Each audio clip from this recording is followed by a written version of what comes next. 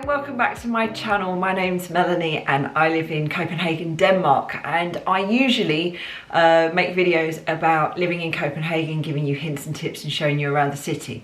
But at the moment, obviously, we're in very different times. There's very little going on in Copenhagen at the moment. And I made a video last week about the coronavirus situation here in Copenhagen. And I had a lot of questions from people, lots of people asking me how things were here now as time has proceeded a little bit. So I thought I'd give a little roundup video. As you can see, I'm sitting in my bedroom at the moment. We're all in the house together. My son is downstairs about to start a little course he wants to do about learning a programming language, and my husband's working as well in one of the other rooms in our house. So I've come up here. Normally you see me with plants behind me, but today you can see the bedroom behind me. So today's date, which I meant to look at, is the 24th of March. Yesterday, Mette Frederiksen, the Danish Prime Minister, spoke to us through a press conference, us being the population of Denmark, and explained that the measures which I outlined in the previous video are still in place until the 13th of April, which is the day after Easter Monday. Schools go back either that week or the week after normally, and what they're saying at the moment is currently those measures are going to stay in place. So the measures are schools and daycare centres are closed unless you are a key worker and you need to have what they call an emergency teaching and provision. The shopping malls are all closed. A lot of shops are closed. A lot of shops are still open. Supermarkets are still open.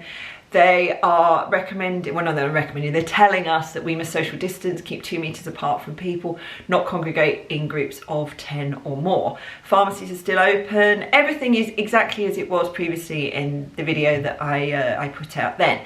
Also, over the weekend, a lot of people, not perhaps as bad as in the UK, but a lot of people were congregating in parks and in larger groups. So the police have put in some measures for that.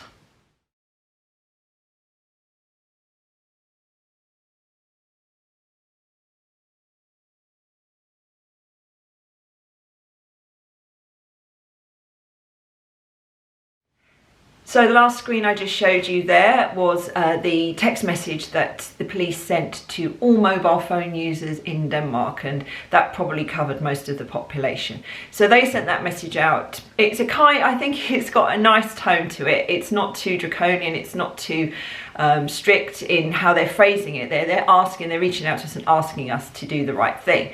There are fines. I believe they're 15,000 crown fines if you are caught congregating in larger groups, larger than 10.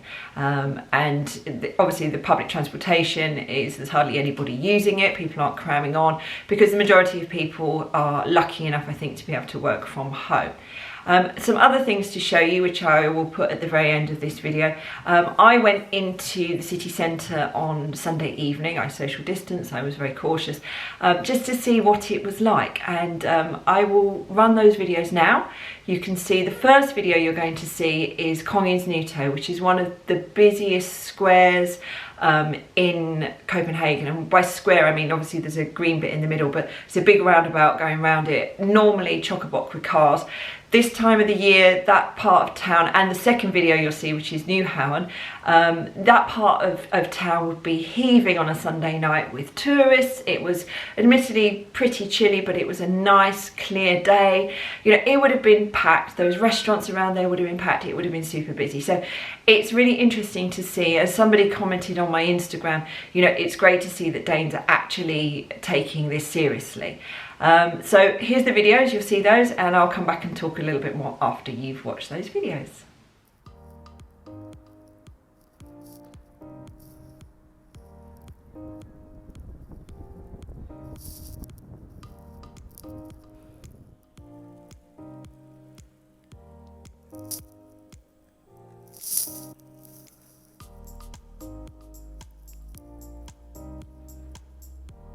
Okay, so now you saw those videos, you see what it's like here.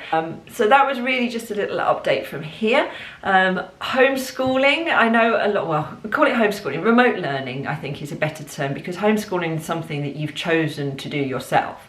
And you've planned and you've got resources, and also resources outside in the city. I always thought if I would ever to homeschool, you know, the museums that we have here would be such fantastic resources, but of course they're closed at the moment, as are the libraries, etc.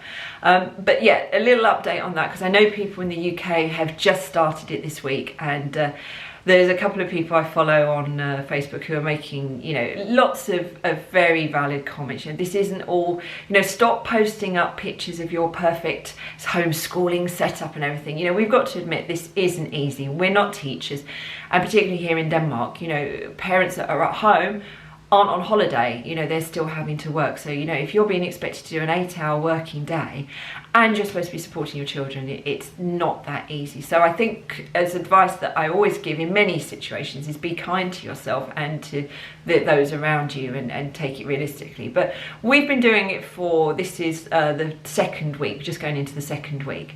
The first week, the teachers only got 2 days notice before they were really having to put up the teaching thing. So in the first week, my son's teacher basically put up exercises that were following on from what they'd been taught the previous week.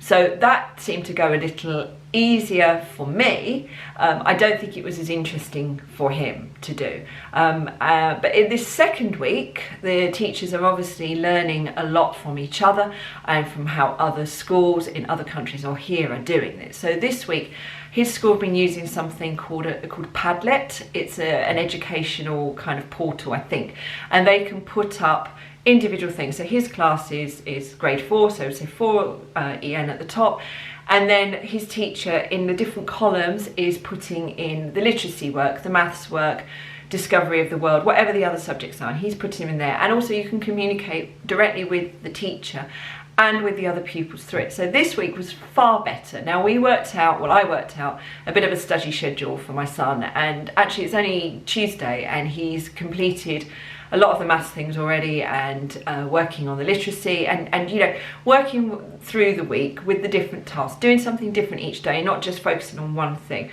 Although tomorrow he's got a sort of a module about middle ages, so he's going to be doing quite a bit on that. So that seems to be going okay, but I must admit that on Monday, yesterday it was a bit of a struggle, because he had some maths work to do, which was my bête noire. I hate sequences, and that's what I was having to help him with. And it was an extension, not so much of what they've been taught before. So that was quite tough. So I did actually spend most of the morning supporting him with that and not doing anything that I needed to do myself. So, but I think we all have to realise that we have to balance these things out. And this morning, his teacher set up a Zoom meeting, and I think the majority of the class were able to join it. There was a little bit of short notice for it, but that went really well. Some things to learn from it. So again, if you're just starting on this journey out there, and your class teacher is using Zoom, one of the biggest things, and I learned this from when I was part of Janet Murray's membership group, is that if you're using Zoom and there's lots of people in there, you know, you need to mute, everyone needs to be muted unless they're speaking, because otherwise it sounds like there's hundreds of toilets flushing. So, you know, that's another tip when you're looking at, both if you're working from home, you've never used Zoom before for meetings, or you're doing it with your kids doing it at school. That's another thing to do. But they did that this morning. It was really nice. It was really nice for them to see each other, to see their teacher, and they're going to be doing that at least twice a week. So that's good connection there. That is really, I think, just the kind of the update from here. The sun is shining. It's very, very cold nevertheless, which is odd because we're about to go into April and it would be nice if it warmed up. But we're all doing very well here. I've seen a few of my neighbours and spoken to them from across the street, and a number of the elderly people down our street, you know, they seem very well, and we still have resources out there to get. But please do get in touch if you've got any questions about what's going on here, perhaps learning a little bit about, you know, how some of these things work, because we're a little bit further ahead on them. But I would, again, like I did in my previous video, I would urge people watching this who perhaps don't, you know, this is new to them, lockdown. You know, we've all got to think about everybody else at the moment and do the right thing for others. And social distance, stay at home, don't travel on public transport at busy times or at all if you can help it.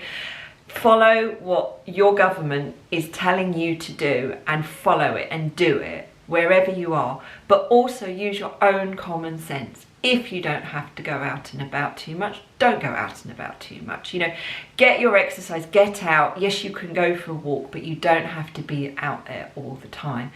And let's hope that if, you know, we all, what do they say, stand together but stand apart, whatever, if we all step up to this and do the things that we need to do, then as they say with the spike, we got to flatten the curve. Let's flatten that curve so that we can all get back to our normal lives, and I can start making videos about something that isn't the coronavirus, and I'm not sitting in my bedroom making those videos for you. But yeah, leave me a comment underneath if you've got any questions about what's going on here, you want to just give me some comments, or you've got a suggestion of a video that I can make that doesn't involve going out too far from my home.